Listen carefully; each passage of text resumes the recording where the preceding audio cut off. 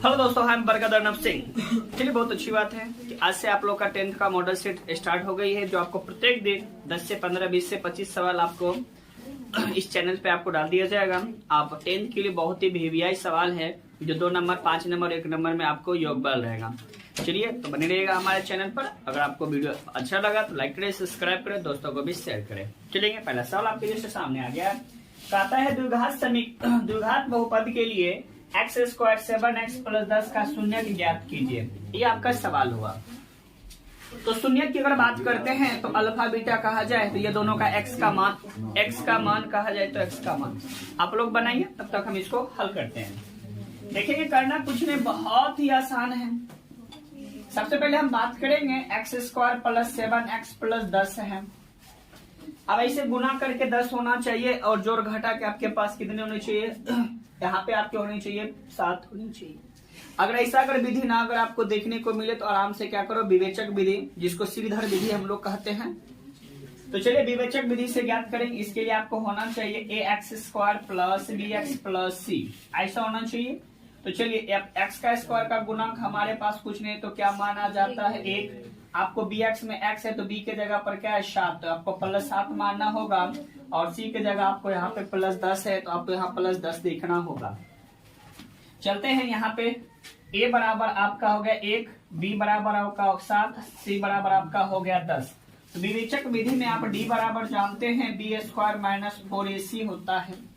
अब आपको क्या करना है, d बराबर, तो आप आराम से b का वैल्यू आपके पास 7 है तो आप यहाँ पे 7 का स्क्वायर डालेंगे माइनस 4, a का मान आपके पास 1 है तो 1 और c का मान 10 है तो 10। अब d बराबर यहाँ पे देखना है, 7 का स्क्वायर जो होता है यहाँ पे 49 होती है और 4 1 4, 4 10 40 होता है, यानी यहाँ तो 40 हो गया। अब 49 में से 40 जाएगा तो बचेगा 9। अब हम लोग यहाँ पर क्या करते हैं, यहाँ पे रूट डी निकाल लेते हैं ताकि वहां पे हमें निकालने में आसान हो जाएगा। रूट डी बराबर क्या हो जाएगा, यहाँ रूट डी का हो जाएगा 9 का वर्गमूल यहाँ पर आपका कितना हो गया 3। अब हम क्या करते हैं, एक ही साथ इसमें अल्फा बीटा का प्रयोग कर देंगे। तो शून्य निकालने के लिए जी हाँ जी दोस्तों, याद रखना है minus B plus minus root of D बटे हमारे पास यहाँ पर 2a होता है। अब हमें क्या करना है, यहाँ तो माइनस की बात किया जा रहा है तो यहाँ पर हम बात करेंगे, माइनस है तो यहाँ पर माइनस बी का मान आपको 7 है तो यहाँ पे जी हाँ जी दोस्तों 7 का प्रयोग कर देंगे। यहाँ पे प्लस माइनस, अब यहाँ पे तो डी का मान आपको कितना दिया गया है, रूट डी का मान तो यहाँ पे 3 है, यहाँ पर आप 3 डाल देंगे। अब बटा क्या होगा 2, और यहाँ पर a का जो वैल्यू यहाँ पे लिखा हुआ है, यहाँ एक का एक यहाँ पे ही वैल्यू 1 है तो यहाँ 1 यूज करेंगे। अब एक बार प्लस के साथ चलेंगे, एक बार माइनस के साथ चलेंगे, तब यहाँ देखेंगे -7, यहाँ प्लस 3 बटा क्या हो जाएगा 2। अगर यहाँ पे हल करते हैं 7 में से 3 जाएगा तो 4 बचती है, तो यहाँ पे 4 बचे 2, ये -4 हो जाएगी ना, तो यहाँ पे काटेंगे तो यहाँ पर हो गया -2। और एक और बात करेंगे, एक बार माइनस के साथ चलना पड़ेगा हमें, तो यहाँ पे चलेंगे तो -7 और -3 करेंगे तो कितना हो जाएगा -10, 10 बटे 2, दोनों काटेंगे तो माइनस कितना हो गया 5 आ गया। यही हमारा क्या हो गया, शून्यक हो गया। अगर आप इस तरह से एग्जाम में बनाते हैं आपके लिए बहुत ही फुल फेजर होगा, ठीक है। तब तक आप इसे नोट कीजिए और बढ़ते हैं अगले सवाल की तरफ। नोट कर लीजिए, चलते हैं दूसरे सवाल की तरफ चलेंगे। देखेंगे दूसरा सवाल आपके स्क्रीन पे है, बहुत इंपॉर्टेंट है।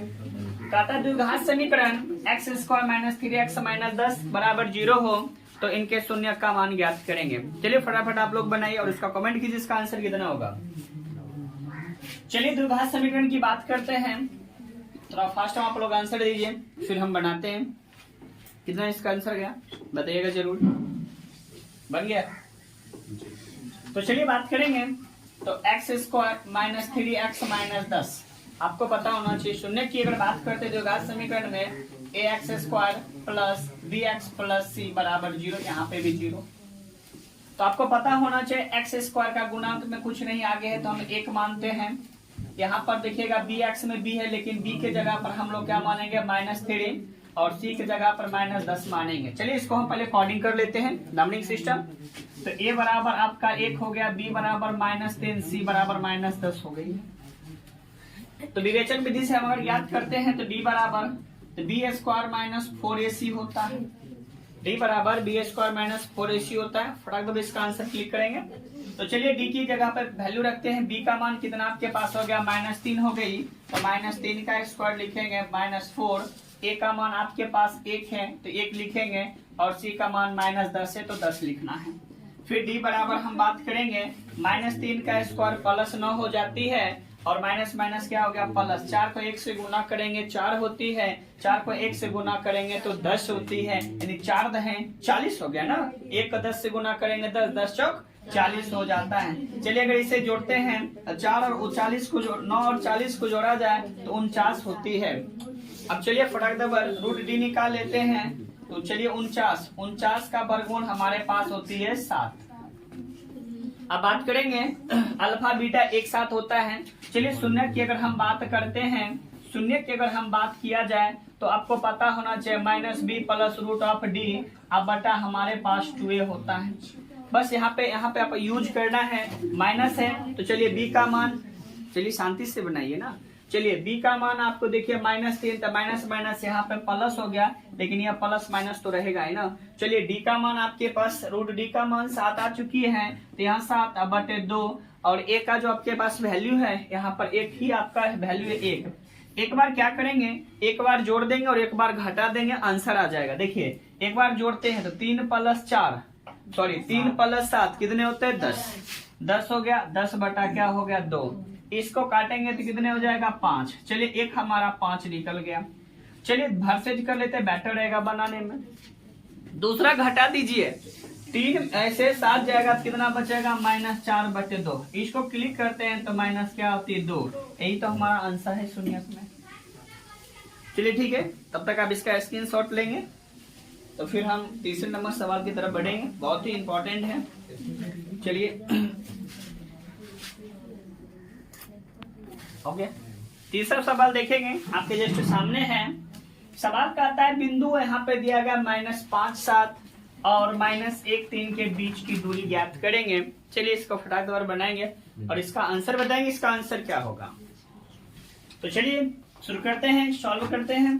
देखिए बीच की दूरी है तो फॉर्मूले सबसे पहले देखिए आपको, तो यहाँ तो मैं अगर ट्रिक के माध्यम से आऊंगा तो इसका आंसर एक लाइन में क्लियर कर दूंगा, लेकिन आपको तो बनाना है वहां पे। तो दोनों माध्यम हम बताएंगे, एक आपको पहले शॉर्ट बता देते हैं फिर लॉन्ग बता देंगे, ठीक है।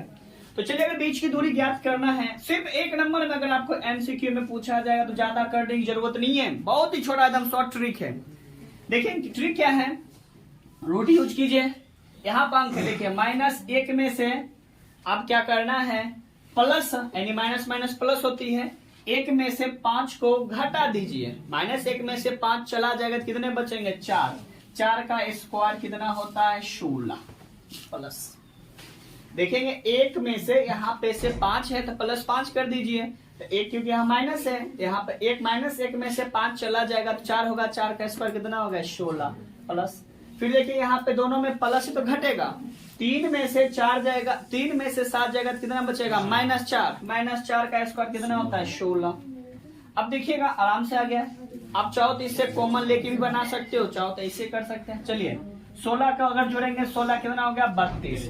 अब जानते हैं इसको ऐसी संख्या से गुना कीजिए ताकि कट जाए, तो 32 कैसे आएगा 6 चौक नहीं 8 चौक 32, 8 होगा ना, तो इसको ऐसा करो 8 चौक 32, इसको थोड़ा और गुना कर देंगे, 2 गुना 2 गुना 2 गुना 2, 2 दूनी 4 4 दूना 2 16, 16 दूनी 32, यही हो जाएगा ना 32 होगा ना।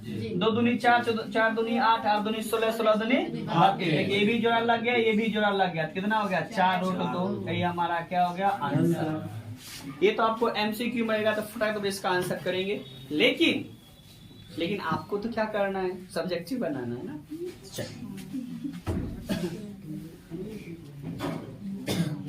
देखिए करना क्या है, कुछ नहीं, बहुत आसान है। तो चलिए पहले सबसे पहले बिंदु मानते हैं, एक से लेकर कहां तक बी तक। इसको मान लीजिए ए, इसको मान लीजिए बी। चलिए बने फास्ट में इसका आंसर कीजिए। ए बाबू बनेगा ना, कहां है सामने देखिए। चलिए ए का मान -5 7 है, बी का मान -1 और 3 है।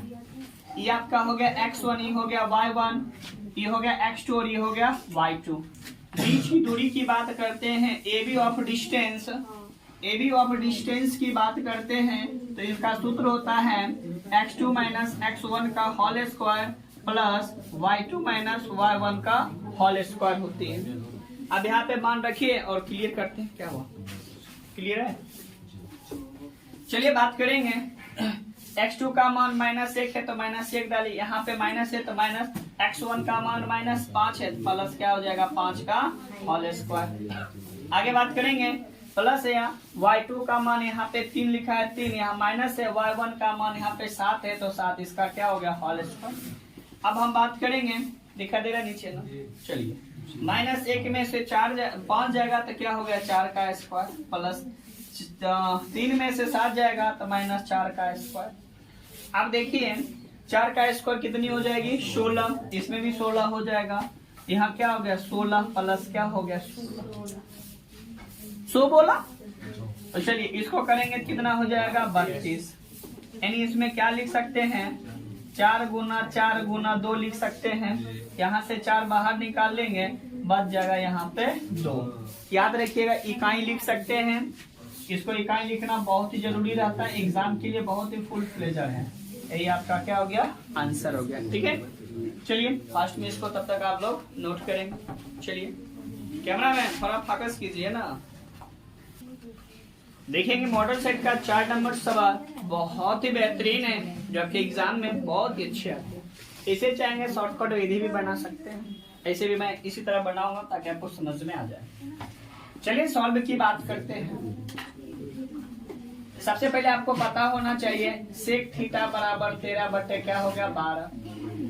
इसका जो होता है h बटे हमारे पास b होता है। इनको इंतजार कर रहा है p को, दिख नहीं रहा है, कोई बात नहीं, अच्छी बात होगा।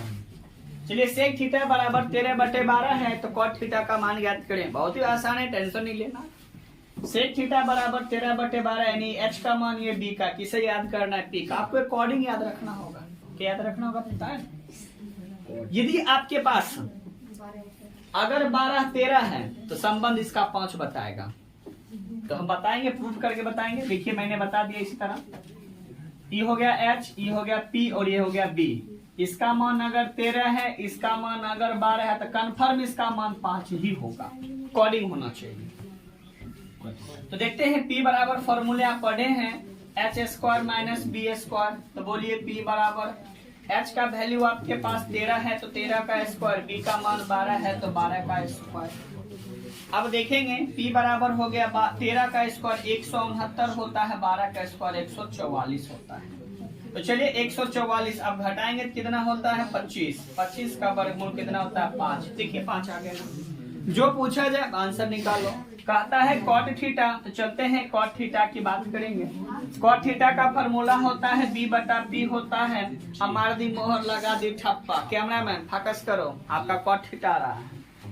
चलिए b का मान हो गया 12 और p का मान कितना हो गया 5, यही हमारा क्या हो गया आंसर। चलिए फास्ट में से नोट करेंगे, अगले सवाल की तरफ बढ़ेंगे। देखेंगे अगला सवाल क्या है, कर दिए स्टार्ट। चलिए देखेंगे 5वां नंबर सवाल आपके जस्ट सामने है। कहता है दिखाइए कि tan 45 और tan 30 डिग्री और tan 67 डिग्री बराबर 1 होता है। आप इसे चाहेंगे तो आसानी से भी निकाल सकते हैं, अगर चाहेंगे तो इसे साबित भी करना पड़ेगा। तो देखेंगे बहुत ही आसान है, सॉल्व कीजिए और इसका आंसर बताइए, इसका आंसर क्या होगा। तो देखेंगे सबसे पहले आपके पास tan 45 डिग्री है। आपको पता है कि अगर आपको मान अगर दोनों को जोड़कर अगर आपका 90 डिग्री पड़ जाता है, अगर देखिए अगर 60 डिग्री रहता तो मान रख देते हैं, 30 डिग्री रहता तो मान रख जाता है, अगर 45 डिग्री रहता तो फिर मान रख देते हैं। लेकिन यहाँ पे 23 डिग्री है और 67 डिग्री है। इसको हम क्या करेंगे, इसको हम पहले व्युत्क्रम कर लेंगे फिर काटेंगे। ऐसे इस दोनों का अगर याद रखिएगा, दोनों का अगर मान अगर जोड़ने पर 90 डिग्री आता है, अगर दोनों 10 में है तो उसका मान हमेशा 1 होता है, इस बात को याद रखिएगा। तो चलते हैं, तो एक लिख दिया जाए tan 23 डिग्री इंटू आपके पास tan 67 डिग्री। फिर सुन लीजिए, यदि आपके पास दोनों मान 10 में है, अगर दोनों को जोड़ने के पश्चात अगर आपको 90 डिग्री पुरता है, देखेंगे यहाँ पे आपके पास 23 डिग्री है और यहाँ 67 डिग्री, दोनों को जोड़ने पर 90 डिग्री आता है। इसका वैल्यू हमेशा 1 होता है। इस बात को याद रखना है और माइंड में फिट कर लेना है। तो चलिए आ तो गया। 1045 का भी मान 1 होता है, इसका भी मान 1 होता है। 1 1 कितना होता है? 1। यही तो लाना था, यही प्रूव करना था। देखिए कैमरा मैन फोकस कर लीजिए और इसका एक आंसर ले लीजिए। चलिए अगले सवाल की तरफ बढ़ेंगे। सवाल संख्या चल रही है ना, देख लीजिए। देखिएगा बहुत इंपॉर्टेंट है आपको। ये 2 नंबर में, 5 नंबर में, 1 नंबर में भी दिला सकते हैं आंसर। तो चलते हैं, शुरुआत करते हैं, हल करना है। तो बहुत ही आसान है। 2x प्लस 3y बराबर 11 है एवं 2x माइनस 4y बराबर माइनस 24 है। यहाँ माइनस 24 है, इस बात को याद रखना है। को हल कीजिए। हल करने का मतलब x1। अब जैसे भी चाहो आप यूज कर सकते हैं। देखेंगे बहुत ही आसान है, जो आपके एग्जाम में आता ही है। तो 2x प्लस 3y बराबर 11 है। इसको समीकरण 1 मान लीजिए ना। हाँ बोलिए। पीछे माइनस है। हाँ माइनस 24 है बाबू। चलिए फिर देखेंगे 2x माइनस 4y बराबर माइनस 24 है, समीकरण 2। दोनों दो ही है। दोनों दो ही है ना। चलिए सबसे पहले क्या करना है, दोनों को देख लेना है। सामने अगर बराबर है तो ठीक, नहीं तो इसके अंक ऊपर से, ऊपर वाला अंक नीचे से गुना किया जाता है। बराबर है तो टेंशन नहीं लेना। चलिए सिर्फ चिन्ह की बात करेंगे। यहाँ कुछ नहीं तो माइनस डालेंगे, यहाँ माइनस है तो प्लस डालेंगे, यहाँ माइनस है तो प्लस। देखिए ये दोनों यहाँ से समाप्त हो गए। अब देखेंगे प्लस 3 है, यहाँ पे माइनस 4 है कि प्लस 4 है। चिन्ह लगने के बाद उसका मान बदल जाता है। तो यहाँ प्लस 4 हो गया। तो 4 3 कितने होते हैं? 7 बार। यहाँ पे भी फिर जुड़ जाएगा ना। तो चलिए जोड़ेंगे तो यहाँ पर कितने हो जाते हैं? 35 हो गया ना। इसको काटेंगे 7 5 35, यानी y बराबर कितना हो गया? 5। देखिए कितना आसान है। और बच्चे को ये डर लगता है, आज से डर खत्म। अब दोनों में समीकरण में से किसी एक समीकरण में मान रख दो, आंसर वही आएगा। तो हम ऐसा करते हैं, इसको ऑपरेशन करेंगे। चलते हैं समीकरण 1 में। यहाँ लिखना है समीकरण 1 में y बराबर 5 रखने पर, क्योंकि देखिए जब आप हल करेंगे तो एग्जामिनर आपका एक एक पॉइंट देखता है कि इसका क्या लिखा गया, बना है। खाली आंसर बनाने से नहीं होती, उसको सजाने से भी होती है। ध्यान रखिएगा इस बात को। 2x प्लस 3y बराबर 11 है। अब बताए y का मान कितना है? 5 है, तो 5 डालिए ना। तो चलते हैं 2x प्लस 3 गुना 5 बराबर 11। 3 5 15 यानी प्लस है, क्या हो गया? माइनस। 2x बराबर 11 माइनस 15 हो जाएगा। 2x बराबर 11 में से माइनस 15 जाएगा तो याद रखना है माइनस 4 होता है। इसको काटेंगे 2 2 ना 4, माइनस 2, यानी x बराबर क्या हो गया? माइनस 2।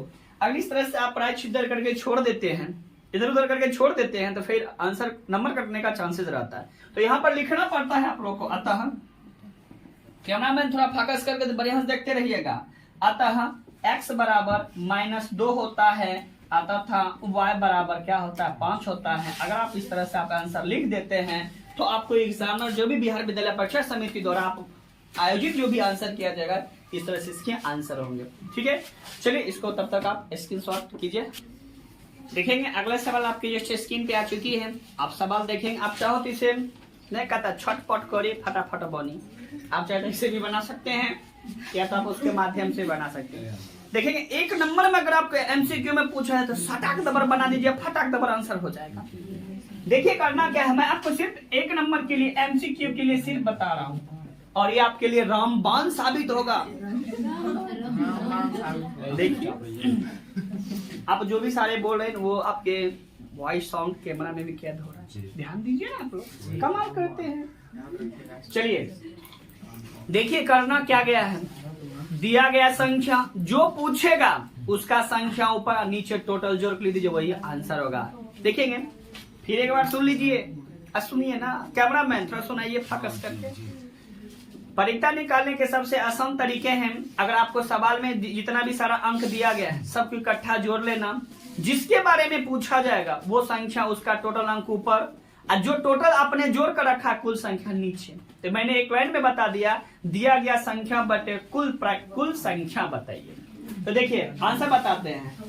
कहता एक थैले में 3 लाल गेंद है, एक थैले में 3 लाल गेंद है और 5 काले गेंद है। एक थैले में 3 लाल गेंद है और 5 काले गेंद है, तो बताइए टोटल कितने गेंद हो गए? 8।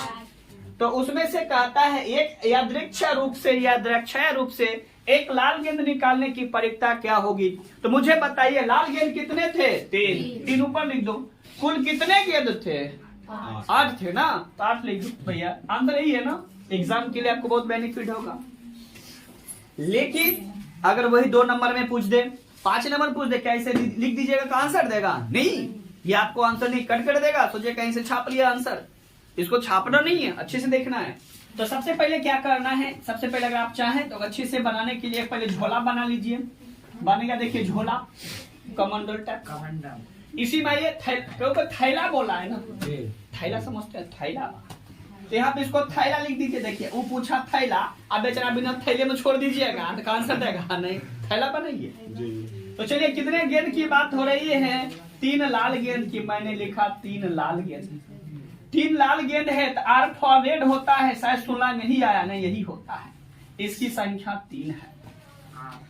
1 2 3 4 5 हो गया। 5 को कहता है काला गेंद। 16 में काला गेंद को दोनों को रेडे बोलते हैं।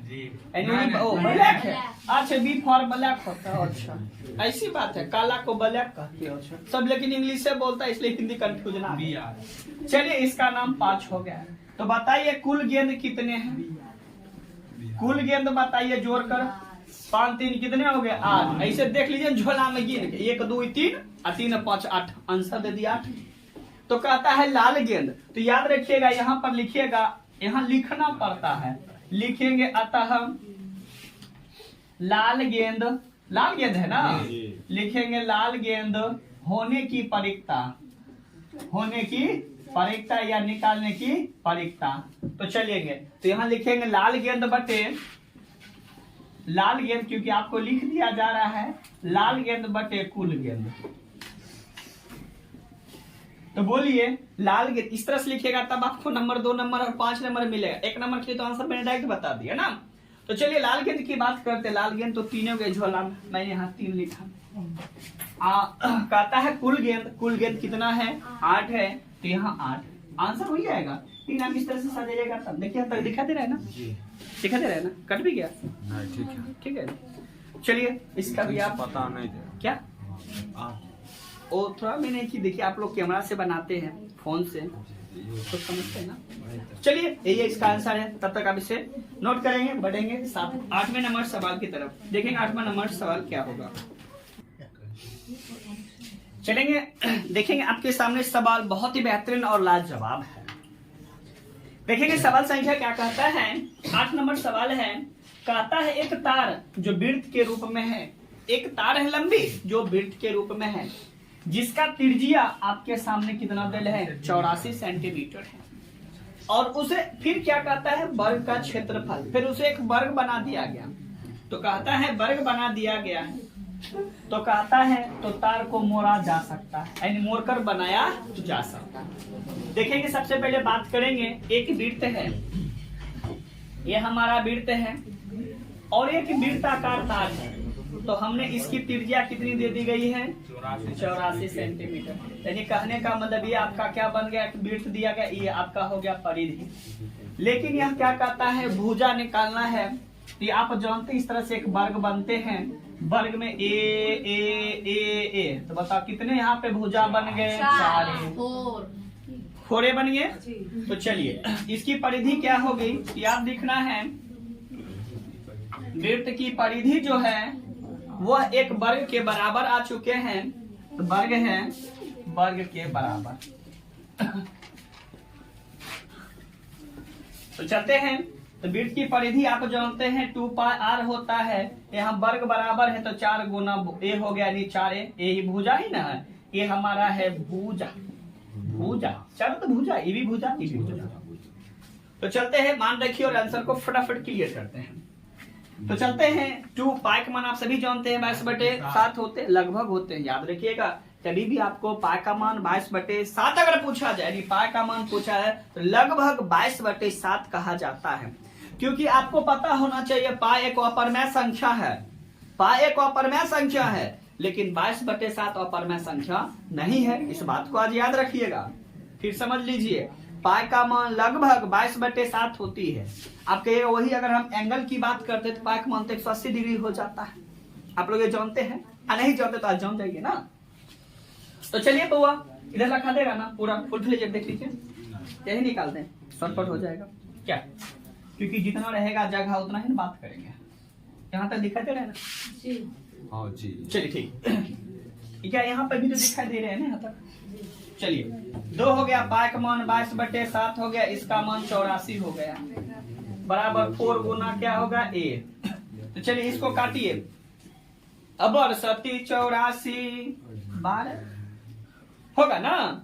इसको काटेंगे 4 तिया 12, तो बोलिए कितना हो गया a बराबर देखिए यहाँ पर आपका लिखा हुआ है, काटने के लिए भी आना चाहिए। हो गया यहाँ पर 2 गुना 22 गुना 3, a बराबर 22 दूनी 44 गुना 3। इसको अगर हल करते यहाँ लिखा जाए तो कितना होगा, 4 तिया 12 4 तिया 12 का 13, इतना होगा ना। चलिए भुजा का मान कितना हो गया, 132 सेंटीमीटर, यही आपका क्या हो गया, आंसर हो गया। ठीक है चलिए फास्ट में इसको नोट कीजिए और 10 नंबर सवाल की तरफ चलते हैं।